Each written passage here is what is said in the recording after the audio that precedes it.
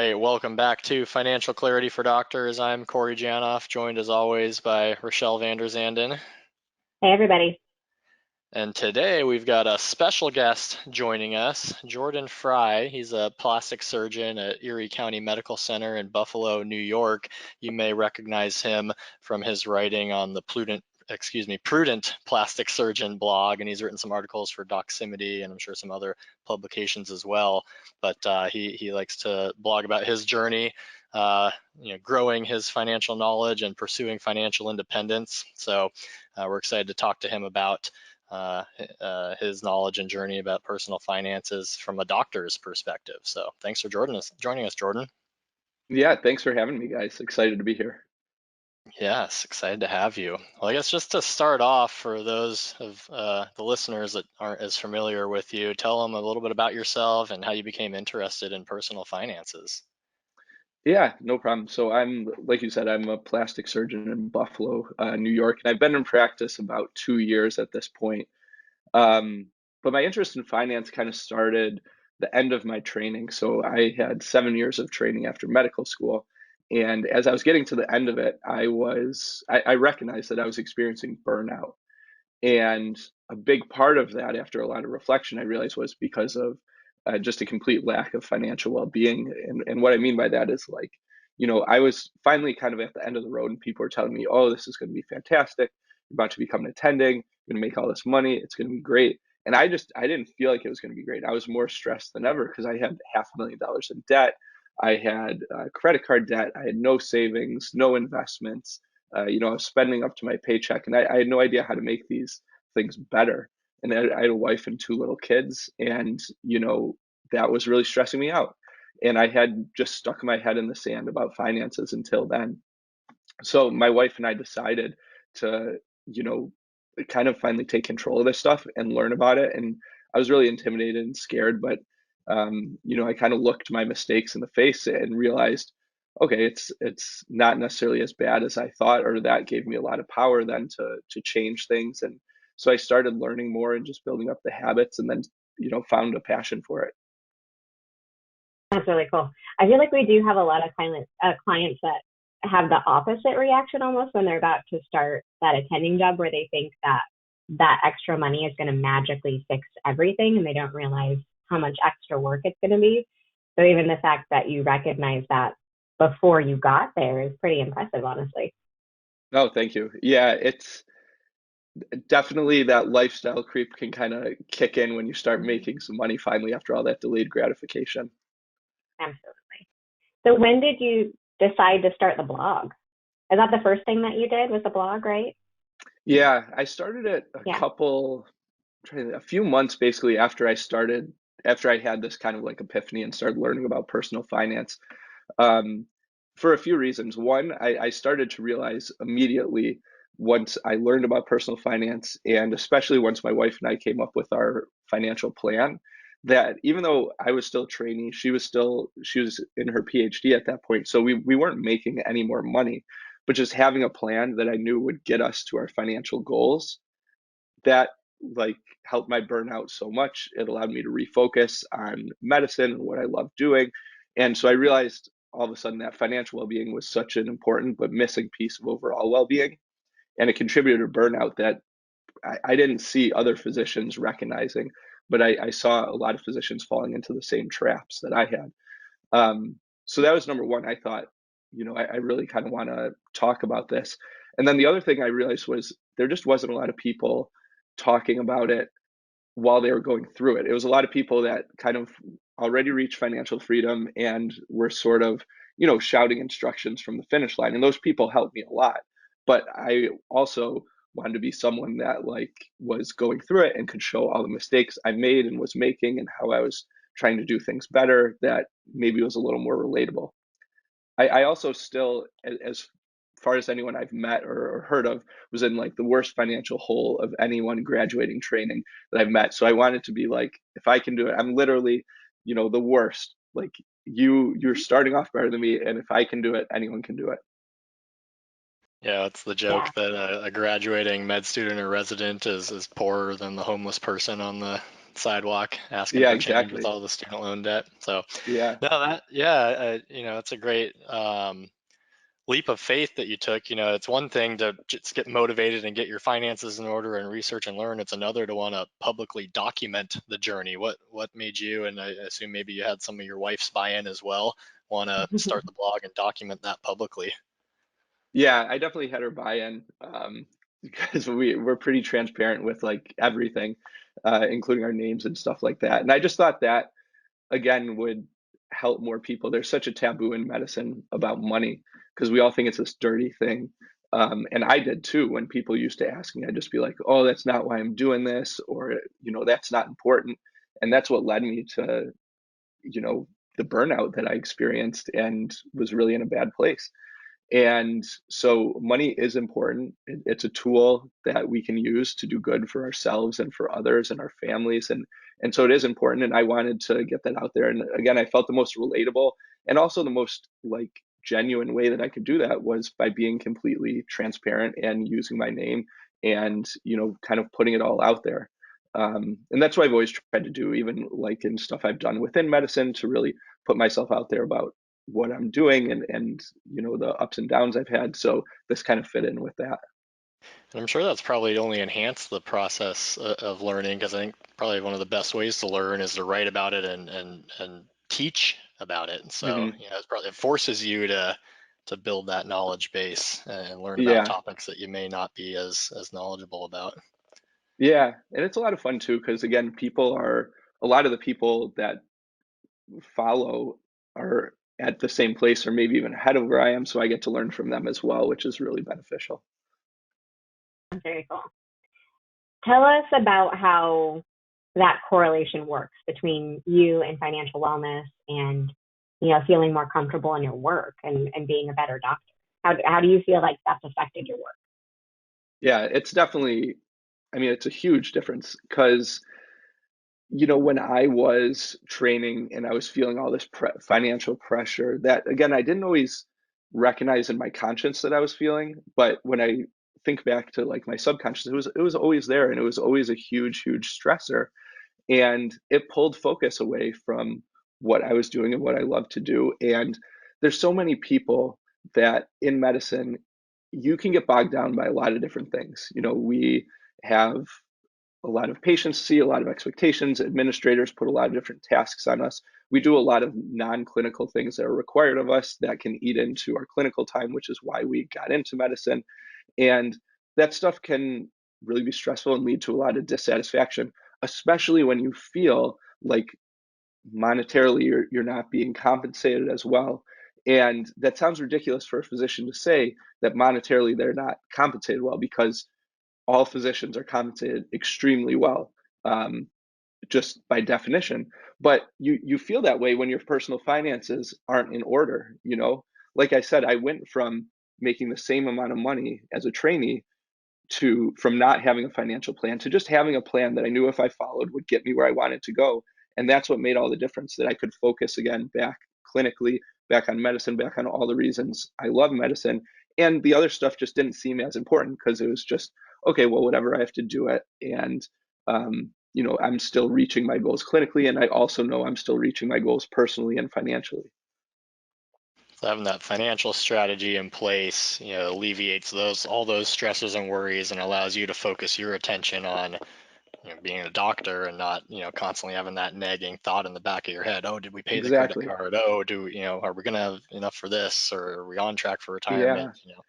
And just that idea, I think for everyone, but for physicians as well, it applies. Working because you want to is so different than working because you need to. And, again, if I'm working because I want to, and yeah, I have to fill in, I have to check all these boxes in the electronic medical record, but that allows me to do something that I want to do. That's my passion, like operate on patients, help someone. Um, that doesn't seem like a big deal anymore versus if you're there going, oh my gosh, I have to do this because if I don't, then I can't make my kids tuition check, or I won't be able to retire or something like that. It's a huge difference of mindset at that point. Yeah. Yeah. So you've talked a couple of times about making the plan itself and how that was a big a step towards feeling like you were on your way to financial wellness. what are some getting started tips for doctors in similar situations, or like maybe just getting out of training? Like, what are a few things that you would have them included like that? Yeah, what I would say the first place to start is like just write a list of your financial goals, just really broad, general, and make them ambitious. Like um, some of ours, we wanted when we were coming out of training, pay off all of our credit card debt within a year. We wanted to pay off all of our student loan debt in 5 years, which seemed really intimidating given how much I had. But now we're on track to do that because we figured it out. When we wanted to have a net worth above zero, when we wanted to have a net worth of $1 million. Um, and then once you have those goals, then I kind of say try to think of just a very generic how, and then you organize those into priorities. So again, for us, paying off debt was a big one. So, or becoming debt free. So how do you do that? Well, you pay off debt. So paying off debt became a number one priority of ours. Contributing to retirement plans, investing in real estate, etc. And then once you break out those priorities, then you can say, okay, well, how am I going to do that? That it's going to lead to my goal. you know, um, for debt, a big step was creating a budget, um, both of our current salary when I was a trainee, but also of our expected salaries once we both got, real life jobs. And we took a big chunk of that and we continue to use that to pay off debt. We take a big chunk and we use it to invest in real estate. We take a big chunk and we invest in our retirement accounts. Um, and we end up saving about 40 to 50% of our income each month. But so you kind of just start generically with your goals and then get more and more specific as you work down. Um, and again, once you have the plan, it's really easy because all you have to do is follow it, and then you're guaranteed to reach your goals. I do feel like Easier for some said than people it's done. like easier said than done, exactly. It sounds like that at first, but it really is. You just kind of Yeah, gotta hammer it out. When there's a will, there's a way. When you set those goals, you'll find a way to get it. But if you never set the goals, you'll never get there. yeah, For sure. absolutely.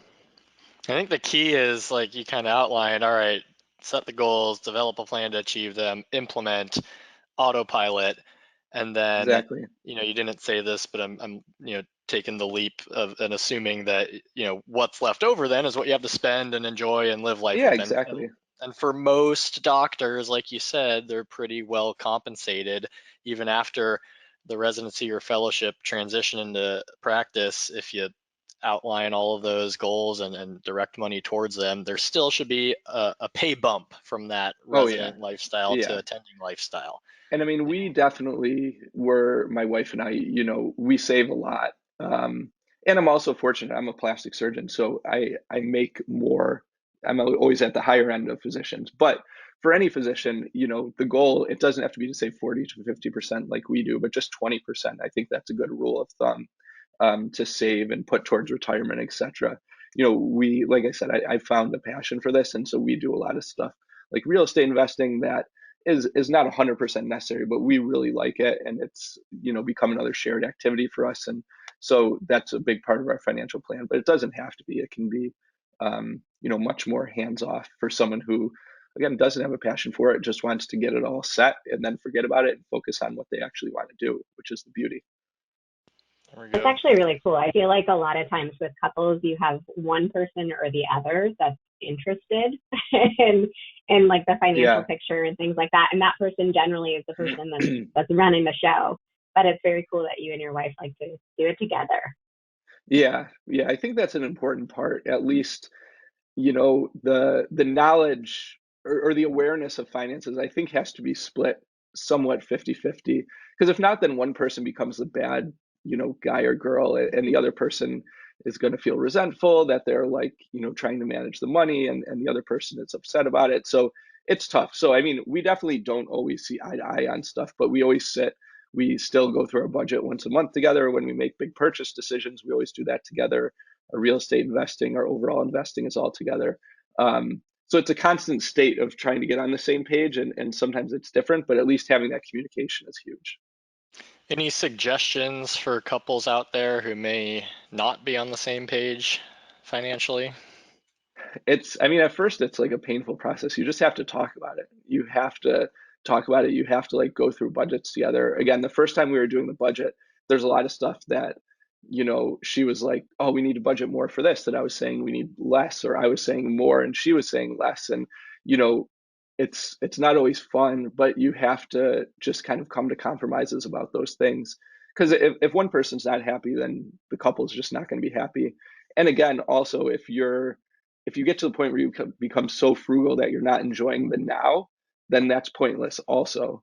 Um, so that's another thing I talk a lot about, is just like intentional spending, the idea of really thinking hard about what we're spending and making sure that the joy we're getting from our expenses is equal to what those expenses are.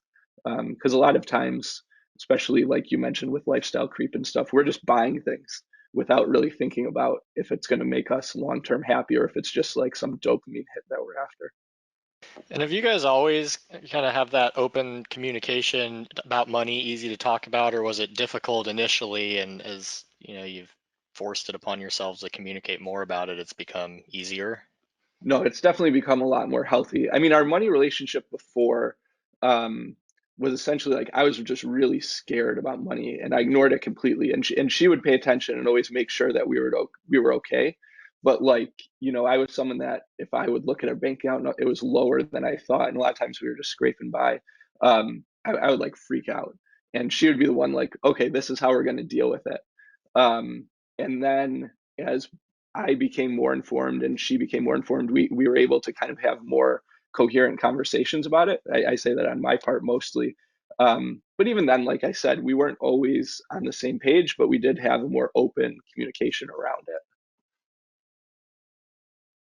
So we talked a lot about the things that you're doing right. And I know in a couple of the articles that you've written, you've alluded to some financial mistakes, but is that something you're comfortable talking about so people can avoid doing the same thing? Oh yeah, yeah. No, I've made a Yeah, lot of mistakes. Yeah, everyone has. yeah. Yeah. Um, I mean, I think initially my biggest one was, well, I'll talk sort of in the abstract and then more concrete. I mean, I think my biggest one, and that a lot of people fall into, is just being so scared of finance. Um, like I'm sure you guys meet a ton of people in general and physicians who just think it's so complicated, so intimidating, and just ignore it completely. Um, but it's not. It's one of these things that, especially, I mean, I tell physicians, I'm like, using myself as an example, on the one hand, I started out, like I wasn't like the most attractive person to get into medical school or residency or anything like that, but you believe in yourself and you push yourself and you achieve these things that are really, really hard. But so you have a really healthy mindset in that respect. But then when it comes to like money or something, you're like, that's just so complicated. I could never comprehend the complex, uh, stuff about that. Well, that just doesn't make sense. You of course you can. You did something, arguably much harder than that. So just like my biggest mistake was not picking up a book and reading sooner. Um, and so I think that's a big one. And I always tell people the best thing to do is probably just pick one finance book and try to read 10 pages a day, or just pick one like finance blog to follow, whatever it is, and just read one post a day, because those are like 15-minute habits that can change your life in a month. um, so that was a big like mindset mistake that I made. The actual like money mistakes I made, I mean, I had huge amounts of debt that I just deferred over, I mean, some of them for over a decade. I deferred all of my debt during my residency, 7 years, and basically disqualified myself from public service loan forgiveness, which, if I had done, I would be debt free in a year because I would qualify for forgiveness in a year. Now, if I started, because I'm a high income earner, my income based payments would be so high that any forgiveness would be negligible. So I just pay it off aggressively, the straight up way.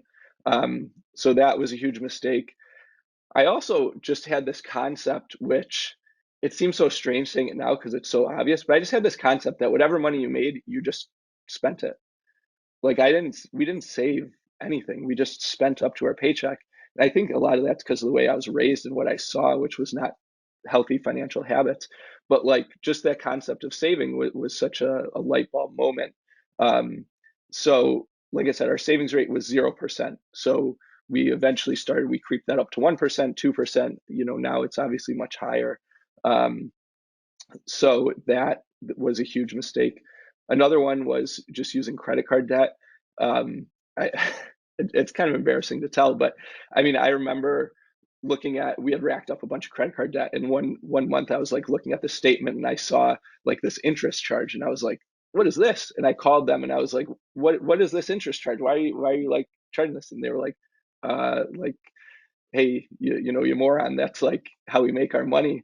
Um, and so I didn't even have a concept like that. There were these huge interest charges on credit cards and stuff. So I had all this debt at like 26%, ridiculous amounts. And I'd bought stuff that we either could have paid in cash or just didn't need. And I was just like, oh, I'll just put it on a credit card. And it's just sort of like disappears and I'll just pay the minimum amount. And I just could never understand why it kept getting bigger and bigger. So just really silly stuff like that a lot of us fall into the traps of. I If you think can a go lot of ahead. that is not necessarily even your problem, though. I think the sad thing is that people aren't very well educated about a lot of Yeah, these things. Like yeah. someone should have told you at some point about how credit cards work. You Like would you should think, have I known know. Yeah, that. yeah. So At you've some written a point bit in my about life, that. I knew. At Yeah. some point in my life, I knew trigonometry, but I never learned Yeah. how credit card worked.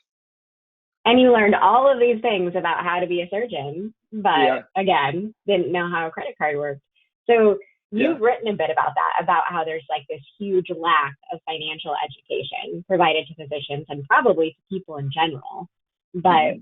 if you ran like a GME program or a medical school or something like that, like what kind of curriculum would you want to offer and what sorts of resources do you think would be helpful to people?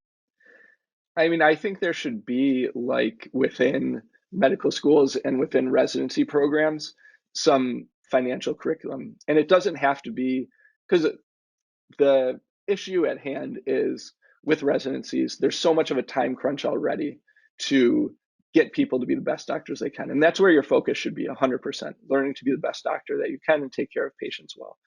But again, I think ignoring finances, that makes you a worse doctor. So that's not a solution either. So there needs to be a compromise of where to fit it in. So I think like some sort of quarterly education sessions for medical students for residents, I think that's really important.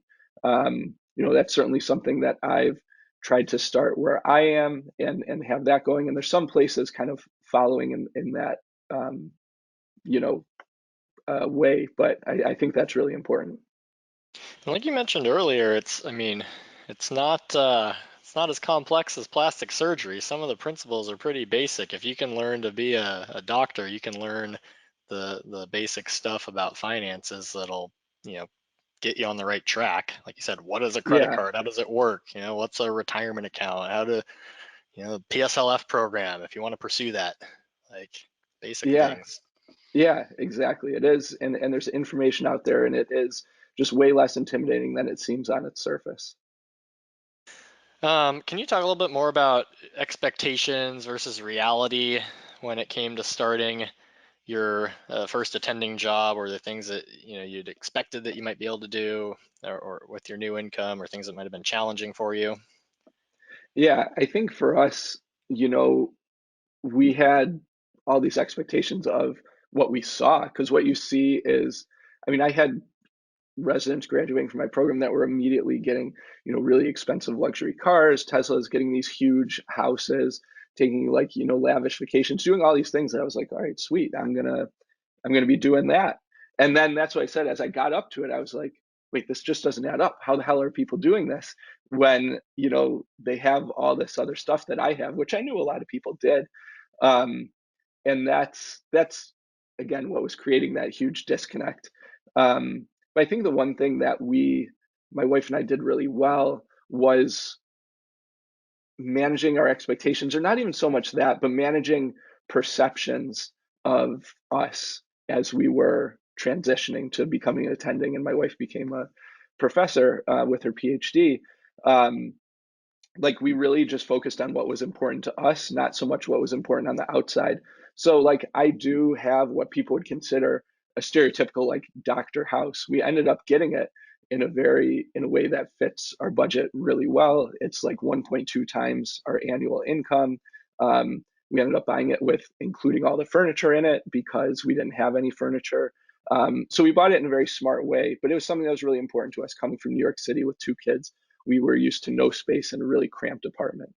Um, but on the contrary, like I drive a pretty beat up used Toyota because cars just aren't really important to me. My wife leases a nicer like Kia Telluride, but for me, cars just aren't important. I initially was planning to lease like an expensive luxury car and then realized, why am I doing that? I don't actually like care about that. I bought a used Toyota. Now I don't have those payments. That's what allows me to do and save as much as we are. Um, so, we just focus a lot on what's important to us, not what we perceive other people will see us as because we are, because I'm a plastic surgeon or whatever. Because what I've realized is just nobody cares. Um, I actually have a pretty good story, which is our real estate agent, who helps us with all our real estate investments and stuff. He's like a very materially motivated person. He's super nice and I love him, but he's very much like that. And the first time he saw me in my car, which, like I said, is a used Toyota, he was like, "Oh, I knew it was you coming because I knew it was like an expensive car and stuff." And I was like, "Dude, do you even like look at it?" I didn't say anything, but he just assumed, and his vision of it was just that it was some expensive luxury car, even though it's not, just because I'm a doctor. So I said, it doesn't matter the car you drive; it just matters, the person you are inside, I think. That's hilarious. uh, so obviously, it seems like a lot has changed over the last couple of years for you too and for the family. Yeah, for Yeah. sure. Yeah. What do you think are some of like your favorite things that you've been able to do financially that maybe you hadn't even thought about before, like some strategies or Yeah. I mean, I think one of my favorite things that we've been able to do financially is just spend money. And we've been able to spend yeah, it intentionally, like I said, because we've been, smart about managing our personal finances. But that's something we couldn't do before, A, because we were just making less money, but also B, because we just spent, you know, unwisely. We never saved. We racked up debt that we constantly had to service, so we didn't have enough to get the things we wanted. Um, so even like we did buy, there was one room that was unfurnished in our house that we bought like a couch set for, that for us was really fun because we had never really made a big purchase before, and we saved up for it and thought about it really intentionally and waited, and then finally bought it, and it's brought us a lot of joy. So just spending like that, and spending on experiences for our kids has been a lot of fun. Um, the other thing, like we really enjoy investing in real estate, and it's something, we invest locally in Buffalo. And so it obviously helps us, but also, we're able to provide good housing for, lower income folks who otherwise wouldn't be able to afford it necessarily. So that's something that brings us a lot of joy and fulfillment. Um, so yeah, that's all been really good. You've written a little bit about the concept of interest rate arbitrage. How'd you learn about that, and what's your current approach to debt repayment with that knowledge? Yeah, I came about it just sort of as I was learning more, and it's always this huge debate. I've like debt at 3%, and I can invest. Let's say I think it's going to be at 7% or something. So mathematically, doesn't it just make sense to pay the minimum debt and then invest the rest? Um, and I mean that like the math adds up. That just makes sense. I still pay my debt really aggressively. I mean, I have some that's still 0% currently with the federal forbearance, and I have some that's refinanced for like, it's even less than 3%, I think 2.75. But I still pay off a ton of that money every single month just because like I want to get debt free. Being debt free increases cash flow. Behaviorally, I know for myself, I'll just feel much better being debt free. So it doesn't always make sense math wise. But with that being said, I don't put everything towards debt. Probably about a third of what we save goes to debt, a third to real estate, a third to just our stock and bond investing. So in that sense, I still do use interest arbitrage, but we definitely pay way more than the minimum to our debts. Yeah, I think there's a saying, personal finance is a lot more personal and a lot less finance. And yeah, Exactly. the spreadsheet and calculator might say, oh, if you can invest at say 7%, not guaranteed, but historically, highly likely Right. over a long period of time, and your debt's costing you 3, well, you're netting a positive 4% if you invest the difference. But that takes a lot of discipline. And then there's the emotional part, which kind of like allowing you to be a better doctor. If you Hmm. remove that emotional stressor from the equation, it can help you focus on the more important things. So as long as you're Exactly. on a decent track with all of your goals, and yeah, let's maybe make the not optimal financial decision, but it helps our overall, satisfaction. So I think that's great. Yeah, exactly. Looking back to, we've talked a little bit about, financial education and GME curriculums. If you could give advice to your former self all the way back at, say, the start of med school, what would that advice be? I think at the start of med school, the best advice, and what I always give medical students, because it's so far away that a lot of times it's hard to think about the aspects of like, okay, like save for your retirement and like this kind of thing. Most importantly, I think is just like manage your debt. And at that point, all it is keeping it as low as possible. I mean, I treated like my debt payments like a paycheck when I was a medical student because I just spent it all. Um, and was like, you know what, like this is a future Jordan problem. And then it became a future Jordan problem. So I mean, you have to taking out debt in general for medical school ends up being good debt because you increase your earnings over the lifetime, etc. But you do want to minimize it. You want to only get the things that are necessary. You do want to pay in cash what you're able to pay for in cash without using that debt. Um, and then as you get towards the end of medical school, start thinking more about how you're going to pay that off. And if you are going to pursue something like PSLF, be aware of that program and what you need to document to take advantage of it. Because I really, really wish I could go back and do that. That's definitely a regret of mine.